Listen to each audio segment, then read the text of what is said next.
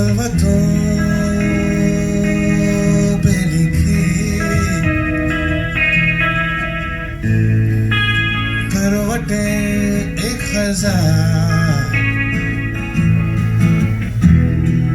धीमी और चुप जैसे घुलता रहे मल्हार मेरी आँखों में महका सा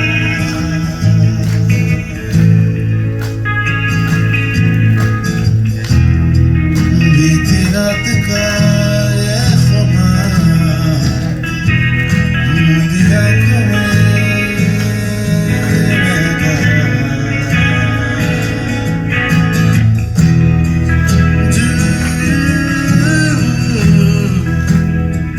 धीमी आँच पे जैसे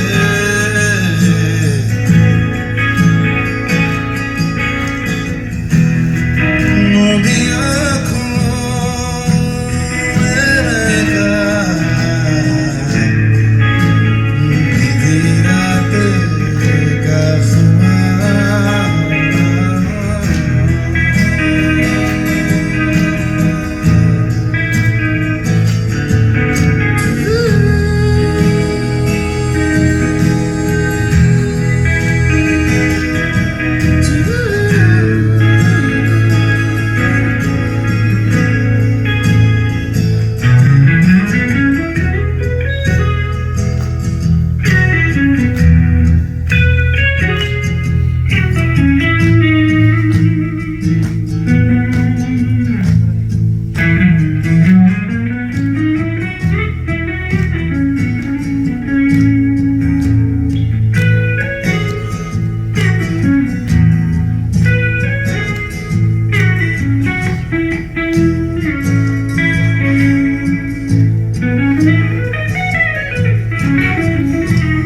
कैसे काटूं बैरी दोपहरी आवरे ना रहना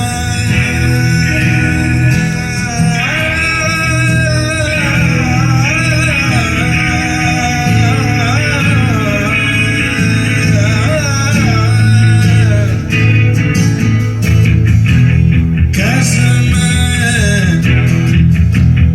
काटूं रे दोपहरी बहरी कैसे मैं काटूं रे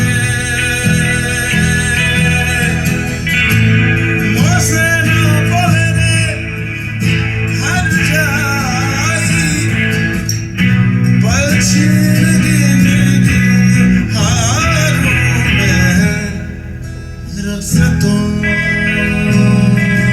साथिया रुखसतों से करार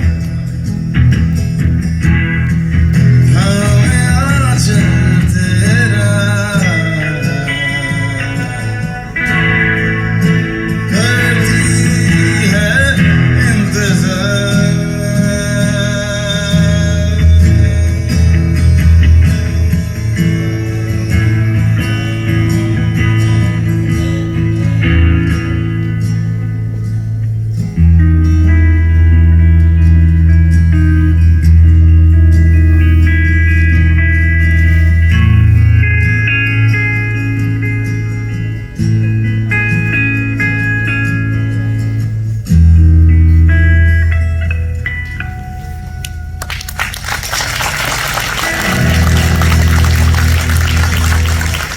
I'm so lucky.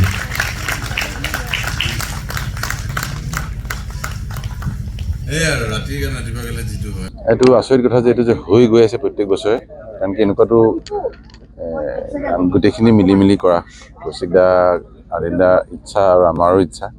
গতিকে ইমান বছৰ যে হৈ গৈ আছে আচৰিত ভাৱে এনেকুৱা এটা বস্তু মই ক'তোৱেই দেখা নাই পৃথিৱীত, অল ইয়াত বুলি নহয়, ভাৰতবৰ্ষত বুলি নহয়, যদি আছে নিশ্চয় মই দেখা নাই। এইটো বৰ ডাঙৰ কথা, এনেকৈ এটা বস্তু হৈ গৈ থাকিব পাৰিছে। কেতিয়াবা ডাঙৰ হৈছে, কেতিয়াবা সৰু হৈছে, যি হৈছে, কিন্তু যেতিয়া আমি ইয়াতে বহোঁ গুৰুগৃহটোত, তেতিয়া যিটো পৰিৱেশ হয়, যিটো ইণ্টেনচিটি হয়, যিটো ষ্টুডেণ্টছখিনি আমাৰ মাজত, আমিও কিছুমান বস্তু বুটলি লৈ যাওঁ, যিটো হয় গুৰু বুলিবলৈ বাৰু কি আমি যিখিনি ইয়াতে গুৰু শিষ্যৰ ৰূপ লৈছে আমি মিলি, তাত দুইফালৰ হৈছে।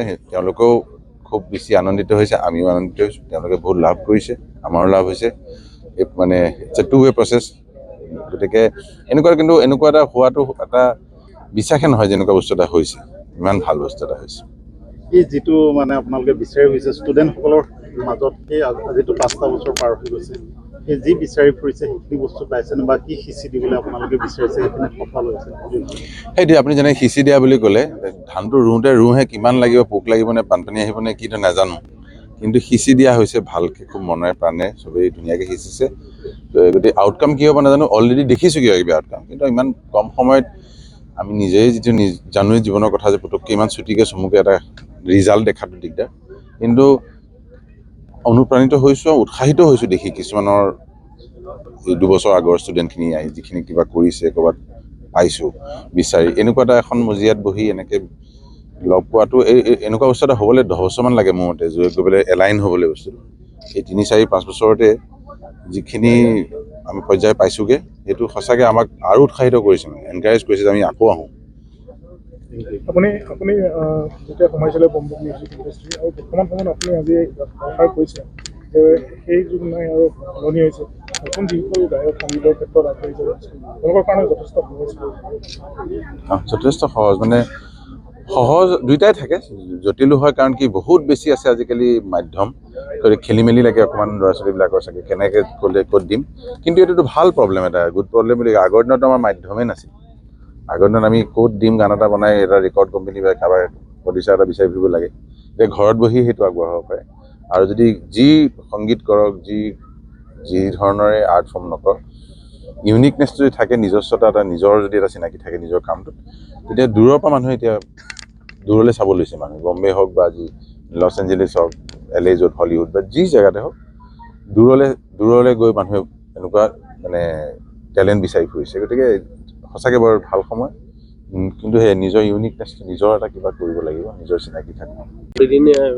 প্ৰাগ আৰু প্ৰতি বছৰে আপুনি আহিয়ে থাকে ইয়াত, ইয়াৰ অংশ এটা আপুনি কেনেকুৱা লাগিছে এইবাৰ? খুব ভাল লাগিছে, আৰু আমাৰ সদায় মই তাকে কৈ চাওঁ, মানে সদায় নতুন বছৰটো আমাৰ মন গীতেই আৰম্ভ হয়, আৰু আমি গোটেই নতুন প্ৰজন্মৰ নতুন কম্প'জাৰ ছিংগাৰ, তেওঁলোকৰ নতুন সৃষ্টিখিনি শুনো। তাকে মই এতিয়া গান এটা শুনি আহিছোঁ, আই ৱাজ ব্লোন অৱে, ইটছ বিউটিফুল। ল'ৰাজনে শুনাইছে কি কৰিব লাগে, আমিও আমাৰ এক্সপিৰিয়েঞ্চ শ্বেয়াৰ কৰোঁ। তেওঁ আমাৰ কাৰণে খুব ডাঙৰ লাৰ্ণিং এটা হয়, ইমানখিনি নতুন ল'ৰা ছোৱালী একেলগে শুনাই আমি হঠাতে আমি গোটেই ফ্ৰেছ। আৰু মই এইকাৰণে ভাল লাগে, কাৰণ এইখিনি অসমৰ ভিতৰৰ পৰা হৈছে, ইয়াৰ চিন্তা চৰ্চালৈ তেওঁলোকে কাম কৰিছে, খুব বেছি ভাল লাগে। আৰু মই ভাবোঁ মনগীতৰ পৰা এটা লাহে লাহে ডাঙৰ চেঞ্জ হৈ গৈছে গোটেই মিউজিকৰ হেৰিটো, মানুহৰ চিন্তাধাৰা হেৰি, আৰু এনেকুৱা অনুষ্ঠান আৰু হ'ব লাগে মই ভাবোঁ অসমখন হেৰি। কিন্তু আজি চব এতিয়া আছে, ধ্ৰুৱদা আহিলে, আদিল আহিলে, পাপন, আমাৰ কাৰণেও এটা সাংঘাতিক এটা experience in terms of again learning, enlightenment তাতে মাজুলীত, মানে এইটো ইম'চনেলো হয়, it's many kind of experiences, মানে ইম'চনেল, স্পিৰিচুৱেল, বৰ ভাল লাগিছে। এইবাৰ শিষ্যসকল কেনেকুৱা? খুব ভাল, ভেৰি গুড, খুব প্ৰ'এক্টিভ দেখিছোঁ মই, প্ৰশ্ন সোধে, হেৰি কৰে, কথা পাতিছে, খুব ভাল গান বনাইছে, আৰু মইতো বিৰাটেই ভাল পাইছোঁ। আৰু মই খুব ইনফৰ্মড পাইছোঁ তেওঁলোকক, মানে তেওঁলোকে জানে পৃথিৱীখনত কি হৈ আছে, সুধিছে বহুত ধৰণৰ কুৱেশ্যন, এটা ইনএক্সপিৰিয়েঞ্চৰ কথা থাকে, কিন্তু চেষ্টা কৰিছে আৰু ভাল গান বনাই শুনাইছে, সেইটো ভাল লাগিছে। মানে নিজৰ কামখিনি অলপ বেলেগকৈ কৰিবলৈ চেষ্টা কৰিছে, সেইটো ডাঙৰ কথা। Thank U.